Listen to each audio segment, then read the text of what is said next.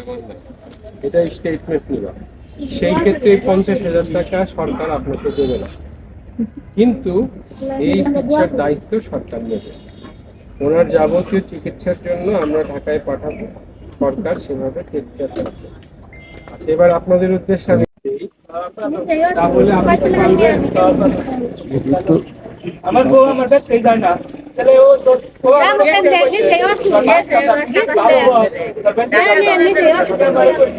আমি মোটামুটি ঘটনাটা মানে বুঝতে পেরেছি।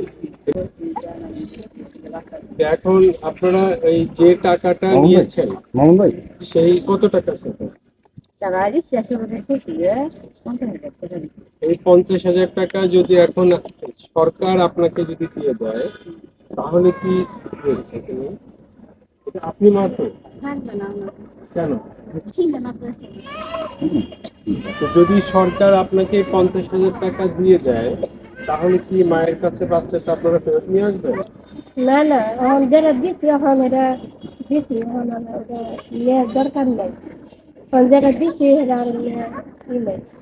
এখন যেটা দিচ্ছি এখন এটা কি নেওয়ার আপনি বাচ্চার মা থেকে বলছেন তো, তাহলে তো এটা ঘটনা। এখন যেটা একবার দিয়ে দিচ্ছি এটা আর নিউজে এরকম ছিল।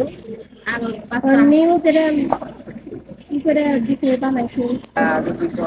সেটা আমি দেখছি, সেটা আপনি তাহলে মনে নিব নিয়ে মা হিসেবে আপনি বলবেন যে বাচ্চাকে আমরা স্বেচ্ছায় দিয়েছি, হ্যাঁ স্বেচ্ছায়।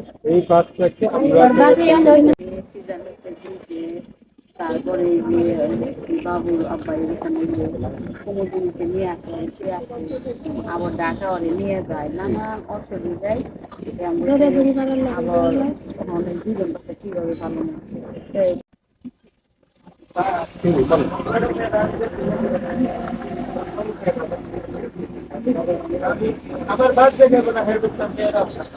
এই ডিসিশন আসলে ক্ষমতা আমার নাই, এটা আদালতের ডিসিশন। বাচ্চা কার কাছে থাকবে এটার ক্ষমতা আসলে ডিসির কাছে না, এটা আদালতের কাছে। বাচ্চা সেটেলমেন্টে যেতে হলে আপনাদের আদালতের শরণাপন্ন হতে হবে।